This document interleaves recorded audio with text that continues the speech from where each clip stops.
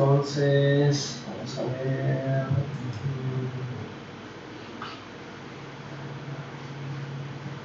A ver, aquí está. Entonces, pues si ustedes recordarán, aquí tengo yo un resumen de lo que sería la última vez que estuve presentando este tema, en el cual hemos hecho un recorrido sobre lo que significa esta propuesta que les doy a ustedes, lo que es Dios, ¿verdad? En general, recuerden que el tema habla acerca de cómo es que en los últimos siglos lo que llamaríamos como el cristianismo ha venido deteriorándose y no ha cumplido realmente su misión.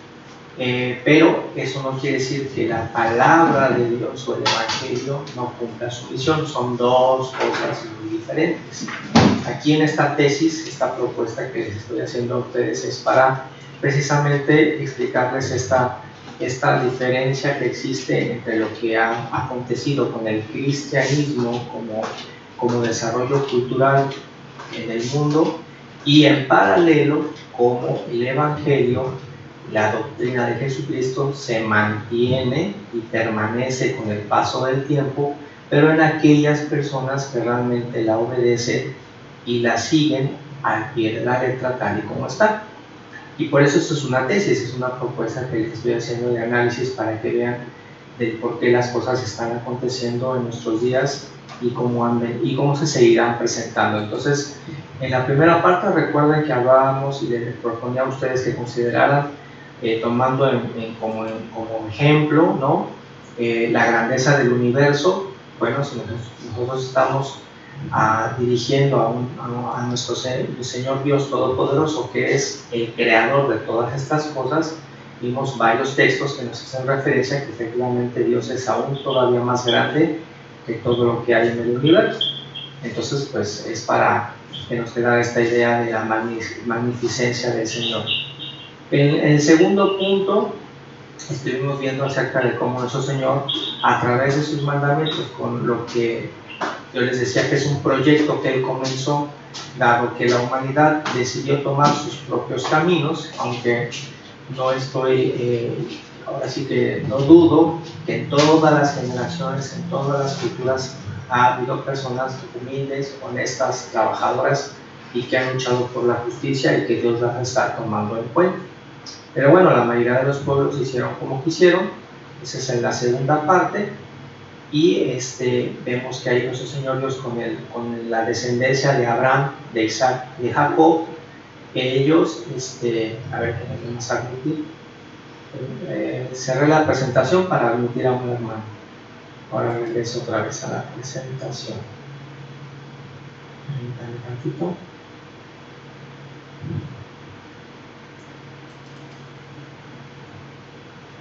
Ok, voy a hacerlo así. Para que... Ok, ahí estoy. Entonces, les decía yo a ustedes, en esta parte nuestro Señor nos explica cómo a través de la promesa que hace a Abraham, Isaac y Jacob, viene este desarrollo de esta gran nación que actualmente es Israel, y les concede todos estos mandamientos que deberían de servir para que fueran ellos el ejemplo de las demás naciones.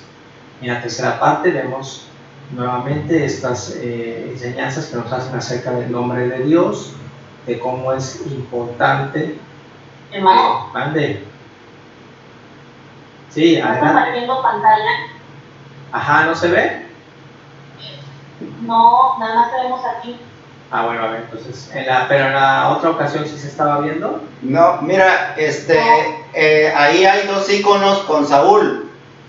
Tienen que tocar uno porque corresponde a la pantalla, a la presentación. Ajá. En el lado derecho donde están las personas, ahí hay dos con Saúl. Hay uno que es la presentación y otro que es su imagen.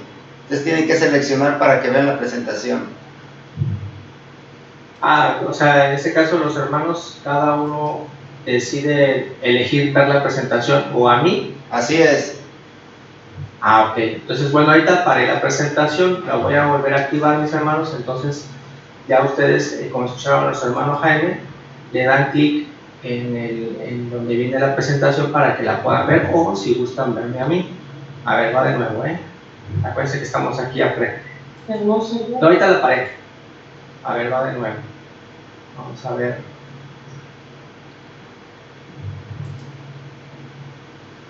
Vamos a ver si ahora sí la ven. Hay que ver tantito. Aguántenme.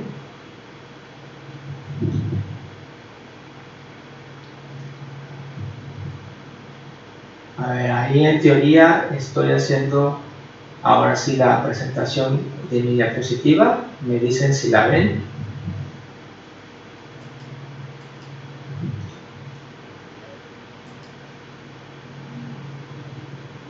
Sí, efectivamente hay otro icono contigo que dice Saúl Andrade presenta. A ese le tienen que dar clic para que se vea.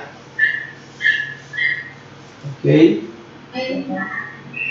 Los que tienen celular a lo mejor tienen que darle, mover con el dedo varias ventanitas hasta que lleguen a donde está la presentación. A ver. Deberían Yo estoy con teléfono, mi hermano se lo quiero automático. ¿Te la puso solita? Sí. Ah, bueno. Ok. Bueno, pues entonces, si alguien tiene algún problema me indican, pero voy a seguir entonces. Nada más recuerden apagar sus micrófonos. Sí. Micrófonos. Está largo. Sé que si tienen apagados sus micrófonos, ahí está el cargo. Ah, sí. Está de volada, una hora. Fue una hora. Yo oíste, estoy oyendo.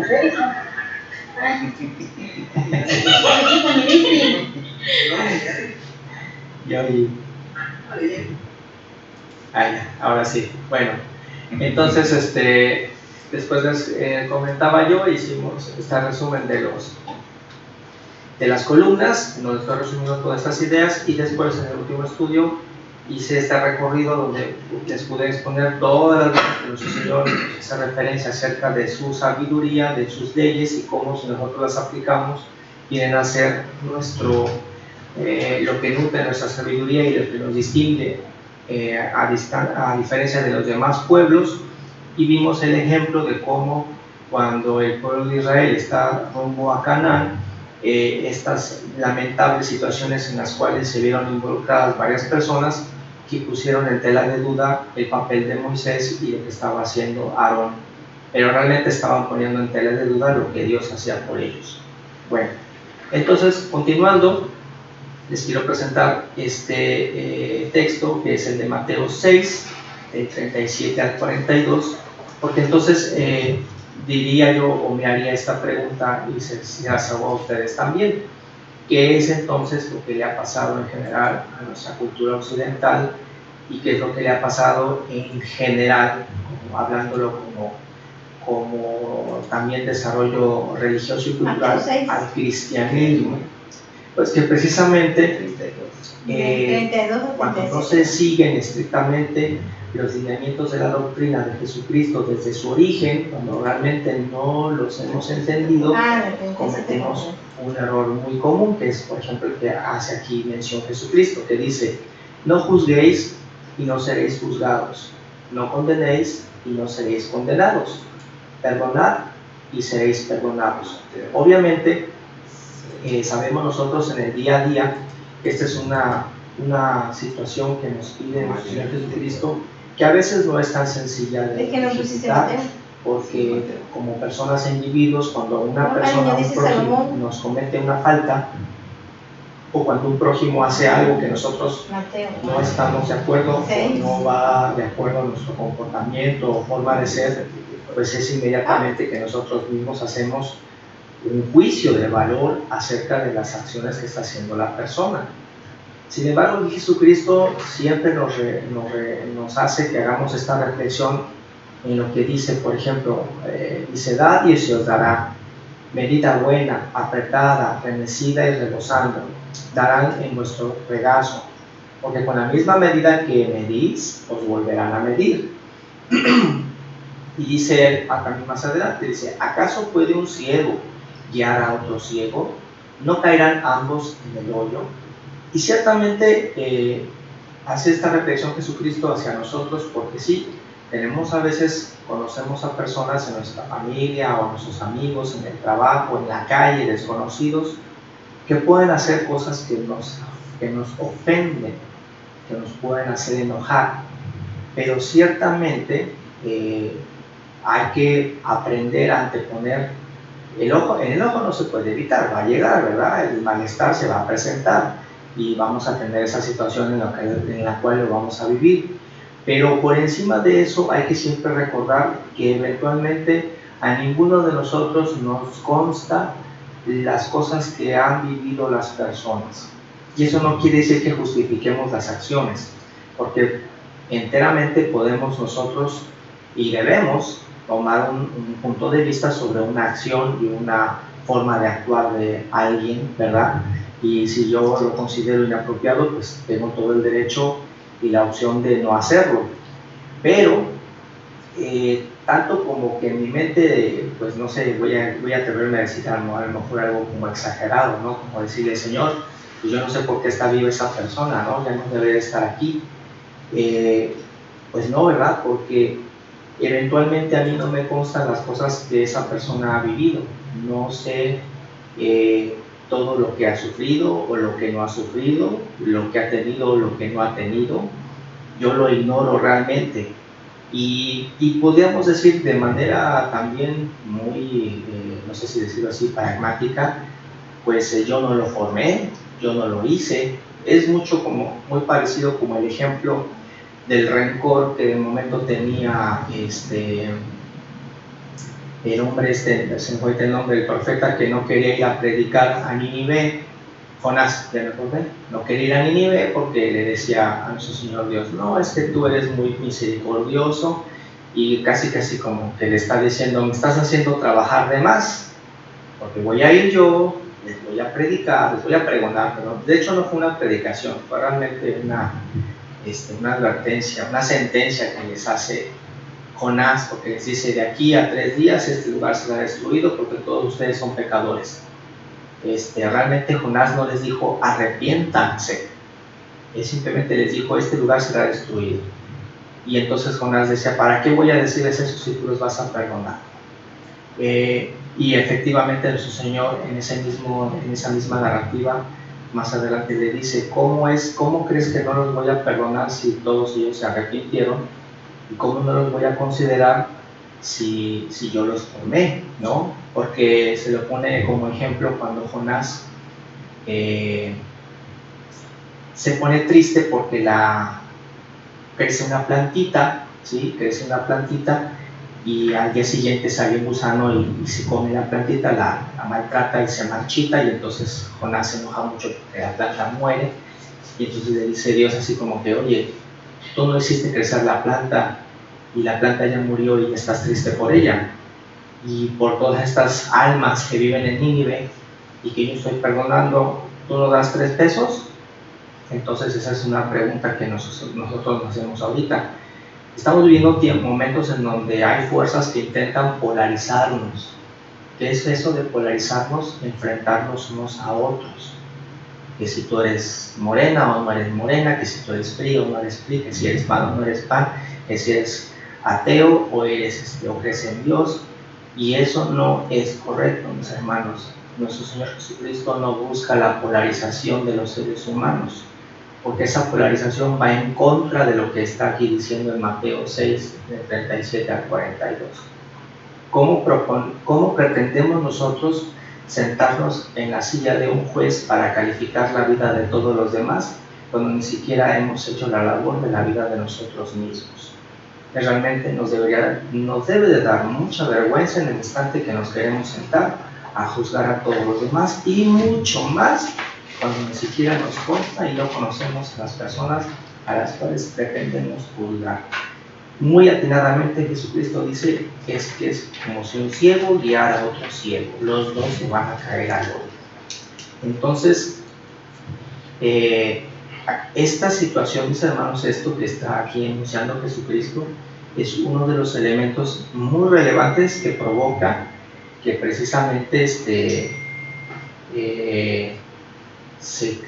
generen las situaciones que hoy estamos viendo. Y a ver, me gustaría que vieran esta lámina. Vean ustedes los rostros de todas estas personas.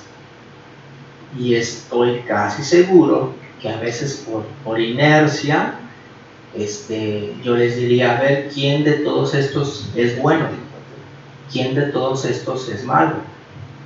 ¿Quién de todos estos les cae a usted bien? A ustedes bien. ¿Y quién de todos estos les cae a ustedes mal? Porque regularmente nosotros todos tenemos la tendencia a lo que vemos en la cara, tal vez de inmediato hacer un juicio de valor, basándose mucho luego en nuestros propios prejuicios que ya tenemos. Entonces, una cosa importante que creo que Jesucristo nos está invitando y exhortando a hacer es que nosotros destruyamos esos prejuicios, porque así como vemos esta lámina pequeñita donde vemos a todas estas personas que ignoramos de dónde vienen, y dónde están y dónde viven, qué cultura tengan y qué religión profesen, todas y cada una de ellas son creación del Señor y potencialmente son sus hijos, si así ellos lo deciden. Y no está en mi potestad, a mí como Saúl Andrade, decirles a ellos ni a ustedes quién va a llegar al reino de Dios y quién no va a llegar. Así es que creo que es muy relevante que si en algún momento se me mete esa idea a mí a la cabeza, me dé cuenta que ese es un grave riesgo para mí, sentarme en la silla del juez, porque lo único que estoy haciendo es elevar la medida con la que estoy viviendo a los demás para mí mismo. Y realmente es algo muy vergonzoso. Lo que sí puedo hacer, por supuesto, es que si yo observo una acción que considero inapropiada, las acciones es así, yo sé qué es lo que puedo imitar y lo que no debo imitar, pero el deseo o el anhelo de que le vaya bien o mal, perdón, más de mal a una persona, pues eso no está bien en mí, eso se lo dejo al Señor. Y ahora, por ejemplo, nos vamos aquí en Mateo 6, del 46 al 49. Si lo buscan, por favor, a ver, vamos a dar tanto la presentación. A ver, nuestra hermana Saúl, es Lucas 6. Es Lucas 6 el texto de referencia. ¿El que acabo de dar ahorita? Sí, es Lucas, no es Mateo. No te voy a corregir. Gracias. Eso ya está corregido. Bueno, entonces, nuestra hermana María Isabel de México, ¿me puede leer el texto, por favor?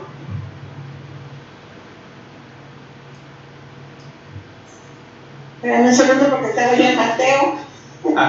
Sí, perdón que los redirigí, chueco. Mateo, Lucas 1:46, 49. Sí. Porque me llaman ustedes Señor, Señor, y no hacen lo que les digo. Voy a decirles a quién se parece el que viene a mí y me oye y hace lo que digo. Un hombre que para construir una casa cavó primero bien hondo y puso la base sobre la roca. Cuando creció el río, el agua dio con fuerza contra la casa, pero ni moverla pudo, porque estaba bien construida. Pero el que me oye y no hace lo que digo, se parece a un hombre que construyó su casa sobre la tierra y sin cimientos. Y cuando el río creció y dio con fuerza contra ella, se derrumbó y quedó completamente destruida. Gracias.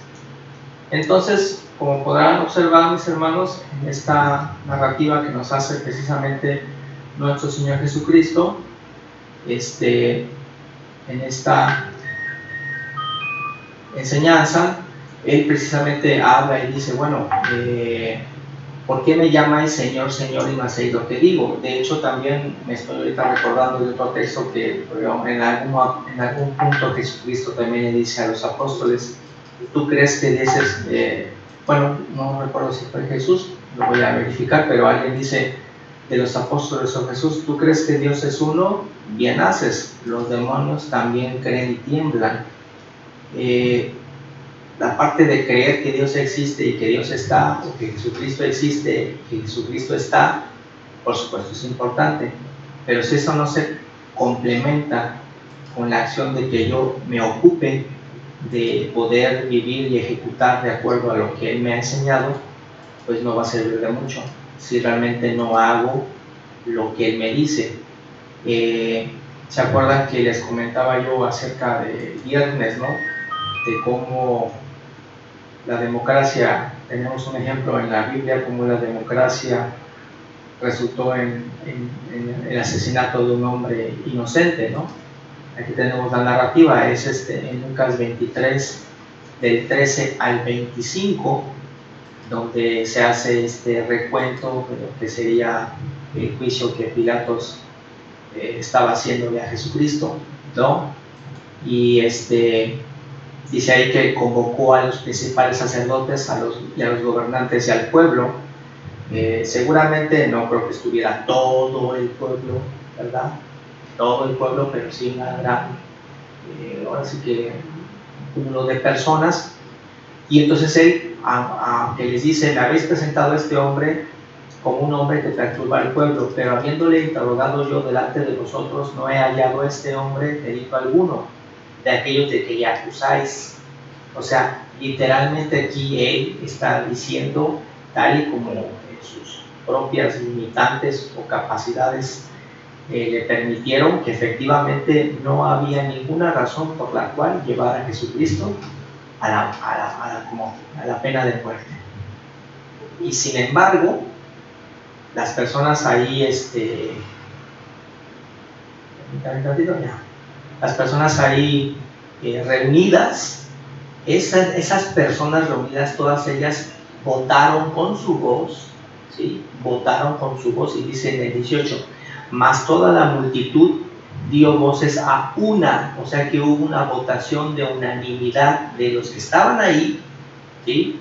Y todos votaron y dijeron, fuera con este, o sea, con Jesucristo, y suéltanos a Barrabás. Y esto, mis hermanos, es interesante que nosotros lo meditemos, porque yo siempre he creído que todos estos eventos que suceden en el pasado son un reflejo de lo que padecemos como humanidad y que hoy seguimos padeciendo.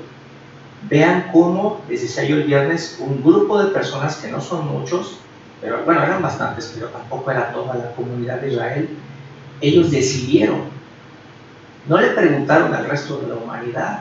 O sea, imagínense, estaban haciendo juicio del Hijo del Creador, y este grupo de gentes tomaron decisión por todo el mundo. Representaron en ese momento a todo el mundo y decidieron que mataran a Jesucristo. Y que literalmente ellos, sabiendo que Barrabás era un asesino porque era un homicida, pidieron que lo soltaran. Entonces, esto vemos que hoy se repite, ¿sí? Tenemos en México años de vivir una simulación.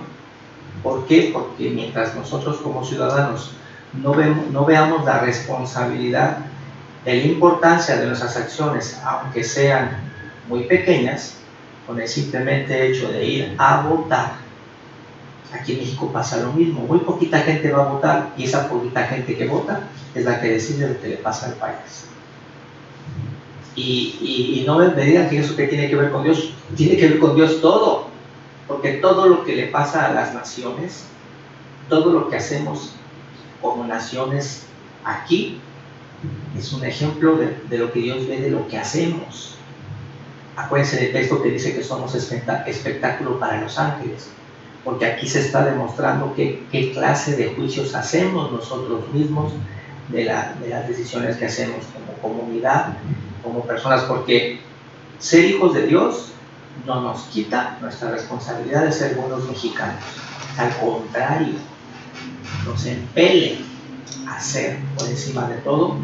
Y yo soy más de la idea de considerarnos siempre ciudadanos, hijos de Dios, ciudadanos universales del planeta.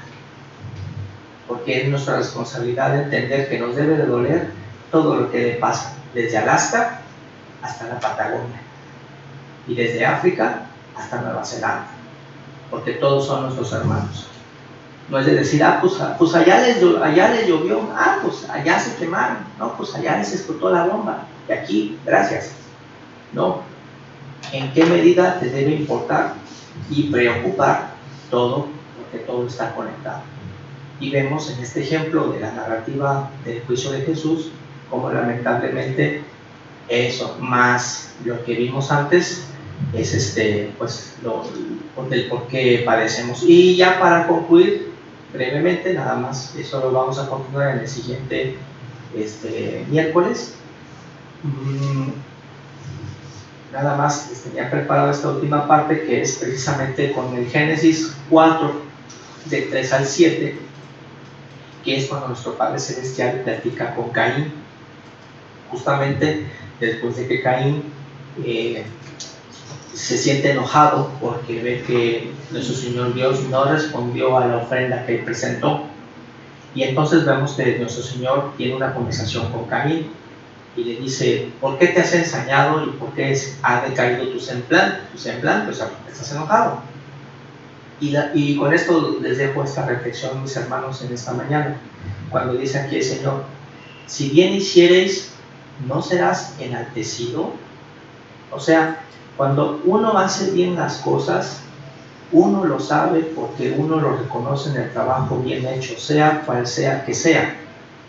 Desde la atención que tenemos hacia el prójimo más inmediato, cuando nos pide que pongamos atención, hasta hacer un trabajo práctico, lo que sea, mis hermanos. Todo lo que nosotros hacemos, nosotros sabemos si lo hacemos bien o no. Y luego dice: y si no hicieres bien, el pecado está a la puerta. Con todo esto, a ti será tu deseo y tú te enseñorearás de él. Es decir, aquí nuestro Señor, esto del texto ya lo hemos leído muchas veces, nos está siempre reiterando que por mucho que tengamos una idea que nos invite a lastimar, a denigrar, a insultar, a causar un daño a nuestro prójimo o a nosotros mismos, al final de cuentas nosotros somos los que tenemos el control y somos nosotros los que podemos decidir si lo hacemos o no. Y esto, mis hermanos, es relevante porque, como dice Jesús: ¿por qué me dices Señor, Señor y no haces lo que digo? Si al final de cuentas tú tienes el control. O sea, nunca es que nuestro Señor no tenga o no pueda hacer bien las cosas, sino es que aquí la prueba es de nosotros. Recuerden mucho esta parte también del Apocalipsis que nos habla Juan cuando dice que peleó el diablo y sus ángeles, y peleó Dios y sus ángeles, y corrieron al diablo porque ya no se halló más lugar para él.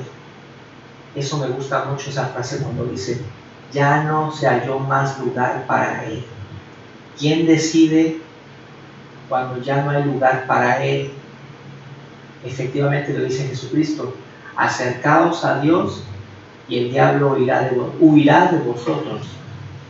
¿Por qué huye? Pues porque ya no tiene nada que hacer ahí, ya no tiene argumentos que compartir, ya uno ya no pone atención a sus argumentos. Entonces, pues ya me voy, ¿no? ¿Qué hace ahí si ya no puede convencer en nada?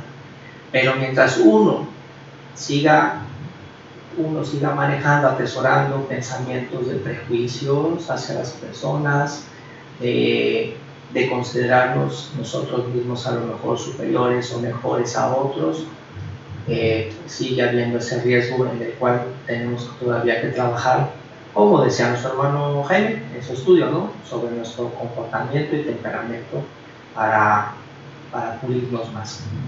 Y bueno, de momento le voy a dejar por aquí. Continuaré esta misma temática de ideas el miércoles que viene de la semana. Y pues bueno, vamos a dar inicio a su participación, mis hermanos. Si le permiten, daremos inicio con nuestra hermana Polita, si ella ya así lo desea, porque va a presentar con unos niños. Entonces,